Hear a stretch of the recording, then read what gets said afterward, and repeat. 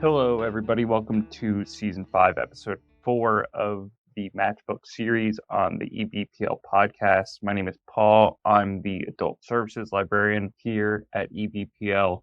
We take submissions from the Match+Book form on our website, where you could send in personalized requests for book suggestions, recommendations, certain genres. They could be specific, they could be broad.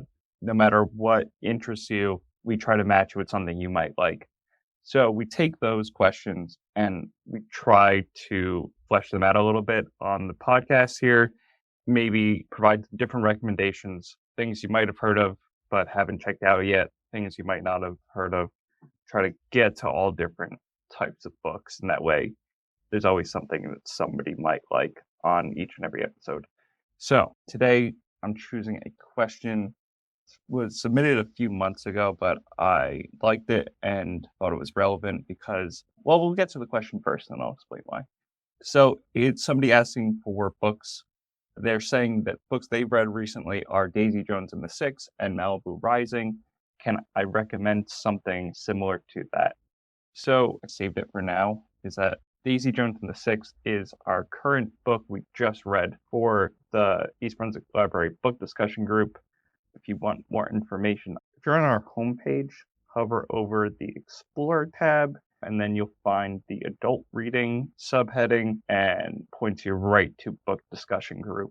Match+Book form is also under that subheading, but Book Discussion Group, basically, it lists dates and times and what we're reading. So if you have any interest in that, feel free to check out that page there.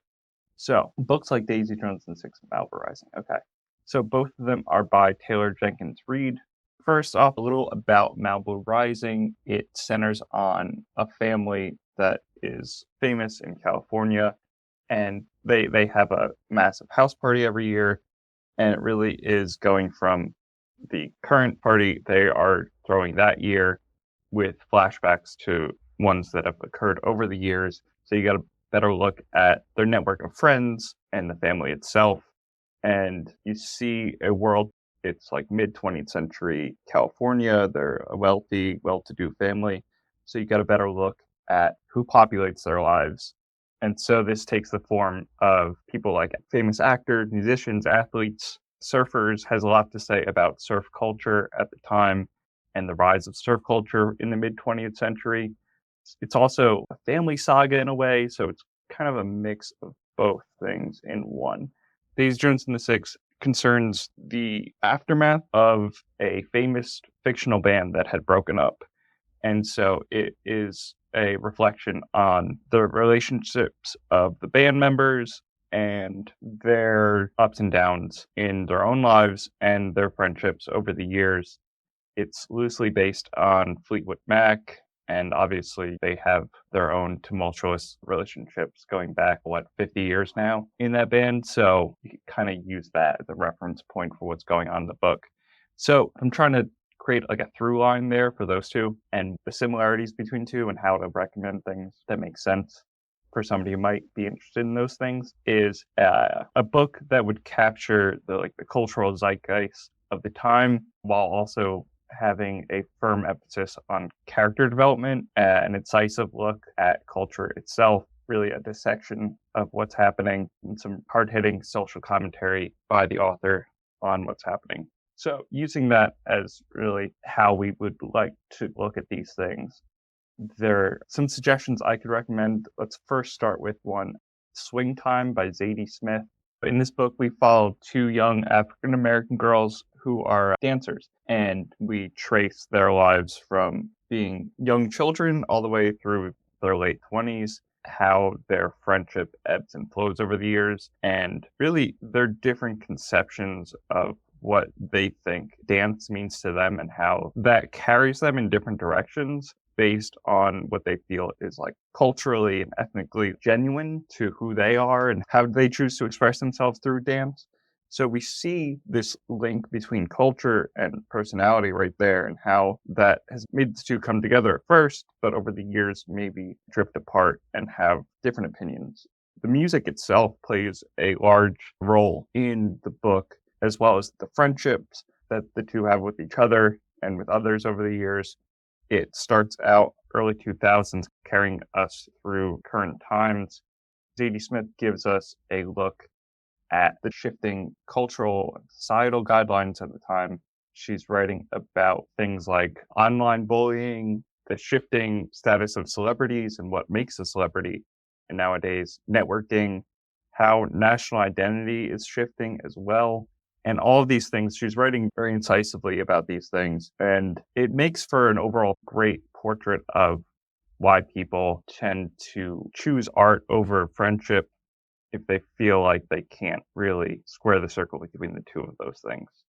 So definitely check that out. That's a great one to start with because I feel like it matches so fully with what the person who's asking the question, what they were going for. I feel like that the themes match almost entirely. The next book I wanted to discuss is A Visit from the Goon Squad by Jennifer Egan.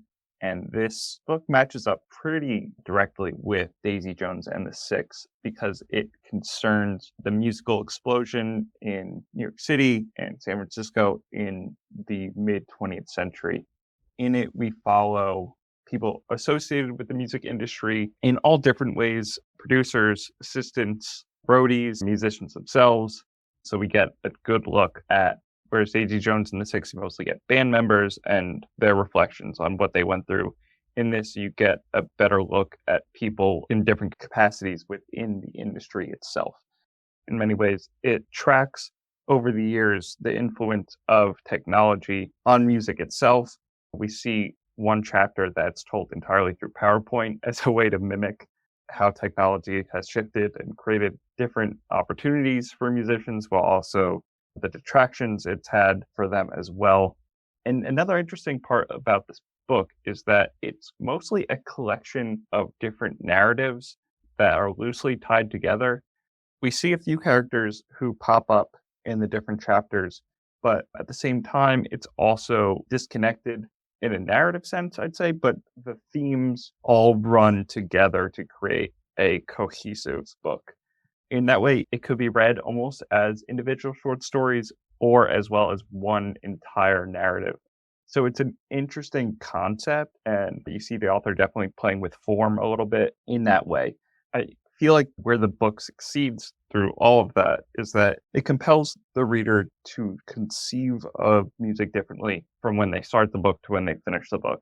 So in that way, it should impact the reader and forcing them to really look at how they listen to music, how it's delivered to them in all different ways over the years. Are you listening on a smartphone, a record player? Do you still have CDs? I think it prompts us to look inwardly as well as telling us great stories about the people associated with the various movements over the years. So the last book I wanted to discuss is Beautiful Ruins by Jess Walter. And I wanted to do this last because it's a little bit cozier, a little bit more of a breezy beach read than the other ones, which is not to say it's not as good because I don't like putting those kind of labels. It just means that it's going for something that is different than the other two. In that way, it's a little bit different, but similar enough. We see an almost love affair that begins in Italy in the 60s, and it concerns people associated with Hollywood. And then we see it resurface 50 years later in Hollywood.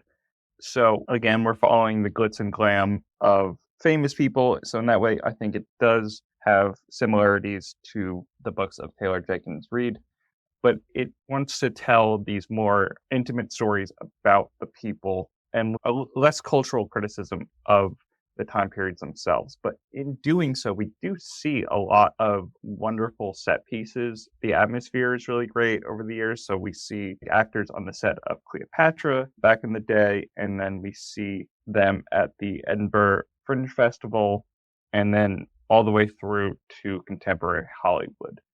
There is a real beauty to the descriptions of the settings and the visual character of the book that really contrasts a little bit with the characters themselves because they are yearning, reflective, sometimes living in the past almost entirely. But over the course of the novel, I think we do really seem to empathize with them a bit, with their shortcomings, misgivings, and we tend to root for them when maybe at first it doesn't seem like we would. So dropping them into these types of settings, it's really creating a tour through the cultural experience of the last 50 years in a way. And while following these characters, it makes for a very enjoyable, like breezy, almost beach read kind of experience that I would say absolutely pays off and might not be exactly similar to the other two books that I mentioned, but definitely in its own way is aesthetically similar to something like the novels of Taylor Jenkins Reid. Definitely check those books out. I think they're all wonderful and varied in their own particular way. Thank you all for joining us on this latest episode of Match+Book, and thank you to Melissa Hosick for editing this episode.